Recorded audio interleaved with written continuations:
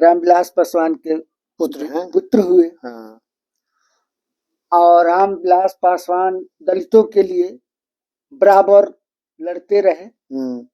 और चिरागे पासवान के कहने पर वो बीजेपी में शामिल हुए और वहां जाकर के मुख्य दर्शक बन करके रहे, चाहे जितने दिन तक रहे। अब चिराग पासवान कह रहे हैं कि 12 जातियों को ये शेड्यूल कास्ट में लाना चाहिए, जो अभी वो पिछड़े में है। तो एक तो ज्ञान उनको अधूरा है। तो आप जैसे और दूसरे भी जो इसके नॉलेज रखते हैं, कुछ समझदारी रखते हैं, उन लोग बराबर बोल रहे हैं। तो चिराग पासवान को काहे नहीं समझ में आ रहा है कि किसको शेड्यूल कास्ट में जोड़ना है, किसको नहीं जोड़ना है? इस पर क्या? देखिए, रामविलास पासवान जी थे तो वे किसी इश्यू पर बात भी करते थे, समाज के लोग साथ बैठते थे और उनको स्वयं का नॉलेज भी था, क्योंकि संघर्ष से आए थे। संघर्ष उनका जीवन में कुट-कुट कर भरा था, जिसके कारण उनका नॉलेज भी था और कहीं मुद्दा से डेविएट नहीं करते थे।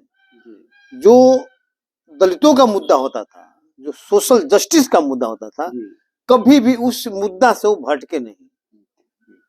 लेकिन इनका जो लड़का जो ये चिराग पासवान, एक बार पहले तो ये बोला था कि संपन्न दलितों को आरक्षण छोड़ देना चाहिए,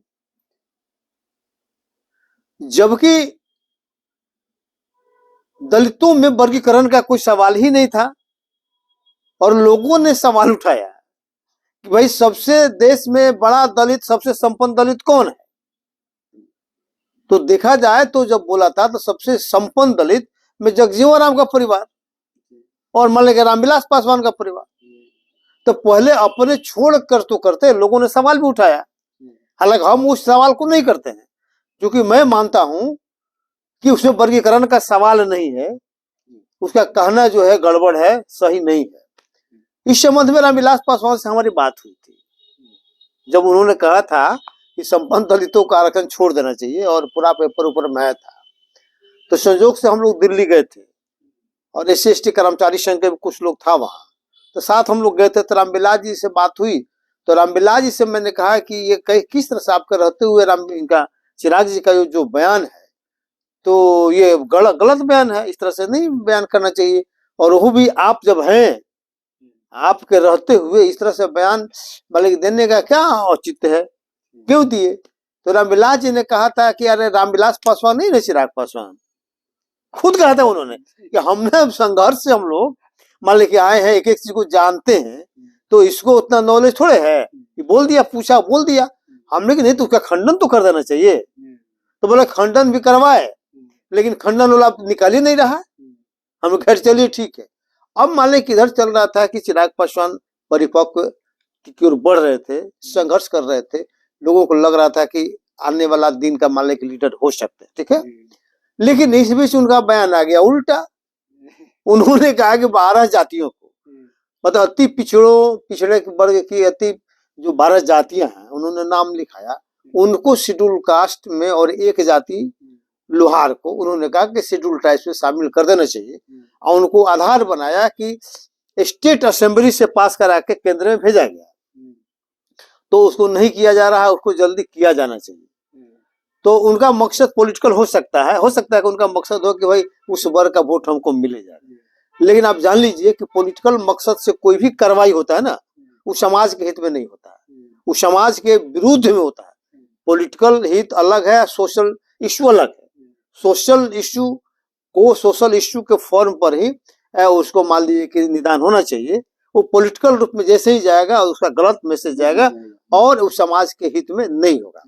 तो जब उनको जानकारी नहीं है, सबको मालूम है कि भाई 1976 के बाद, प्रेसिडेंशियल ऑर्डर 1976 के बाद, अब मान लीजिए कि एक तरह से SC/ST का लिस्ट फाइनल हो चुका है, उसमें किसी को शामिल अब नहीं किया जा सकता, ना किसी को निकाला जा सकता है। मान लिया जाए कि जो आज के डेट में चिराग पासवान के बाद से जो दलित समुदाय में यह बात फैल रही है कि चिराग पासवान रामविलास जी नहीं है, ये तो मान लिया जाए, इसीलिए इनकी बात पर गौर नहीं करना चाहिए, ऐसा दलित समाज में ही जा रहा है। नहीं तो दलित समाज तो समझ रहा है बात को, ये समझ रहा है कि ये रामविलास पासवान के पुत्र जरूर हैं, लेकिन रामविलास पासवान का कोई गुण नहीं है। आप देखें कि रामविलास पासवान थे, आपको याद होगा जब उनके रहते हुए उनके छोटे भाई का मौत हुआ था, रामचंद्र पासवान जी का, तो आप देखे हो कि रामविलास जी ने कबीरपंथी थे तो उन्होंने बाल तक नहीं मुड़वाया,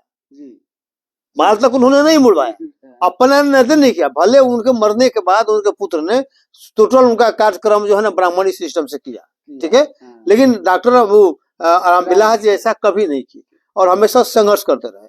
तो इसको चूंकि बना बनाया सब कुछ मिल गया, लाभ तो जरूर रामविलास पासवान का मिल रहा है, पहचान तो उसी से है कि रामविलास पासवान का पुत्र है, लेकिन वही काफी नहीं ना है। 2 बार आप जीत के रहा है, नहीं अब घट रहा तो घटेगा, तो उल्टा पलटा जब बयान दीजिएगा तो समाज की नजर में गिरिएगा आप। और समाज, रामविलास पासवान भी तो हमेशा लोगों को बुलाकर बात करते थे, तो रामविलास पासवान से तो तुलना करना ही मान लें कि बेकार है। लेकिन रहता है कि भाई अगर तुमको समझ में नहीं आता है तो समाज में एक से एक लोग है, उनसे पूछताछ करता, समझता बुझता, एक टीम बनाता है कि नहीं, और उस टीम से बात करता, तो है नहीं। तो ऐसे लोगों के कारण अगर जो जानकार नहीं है, जिसको कोई ज्ञान नहीं है, अज्ञानी मान ले कि जो है, चाहे अधूरा ज्ञान रखता है, ऐसे लोग अगर नेतृत्व करेंगे समाज का, ऐसे लोग अगर समाज का प्रतिनिधित्व करेंगे तो उनको गिरने से, समाज को बंगाल में खाड़ी से गिरने से कोई रोक सकता है। तो क्या इस तरह का जो सोशल मीडिया पर चाहे जहां तहां से जो दलितों के नेताओं के द्वारा, बुद्धिजीवियों के द्वारा जो कहा जाता है, तो क्या ये चिराग पासवान जी को सुनना नहीं चाहिए? उसको गौर चिराग पासवान को लगता है कि अब हमसे तो बड़ा कोई है ये नहीं है, हम रामविलास पासवान के बेटा हैं, हम जो चाहेंगे वही होगा, हम जो लोगों का सपोर्ट मिल रहा है। अरे जाति के नाम पर कुछ सपोर्ट आपको मिल गया, इसका मतलब ये थोड़े है तो गलतफहमी में है। रामविलास पासवान को भी 5 पासवानों ने ही हरवाया था। हाँ 2 बार हारे ना वो भी, ये गलतफहमी। रामविलास पासवान भी 2 बार जो हारे, एक बार हमको लगता है कि 84 में, अगर 2009 में, ठीक है, तो 2009 में, तो खैर ठीक है, उससे कोई मतलब नहीं, हारना जितना राजनीति में अलग होता है। लेकिन अगर आपको लीडर बनना है तो कम से कम संविधान के अनुरूप चलना होगा।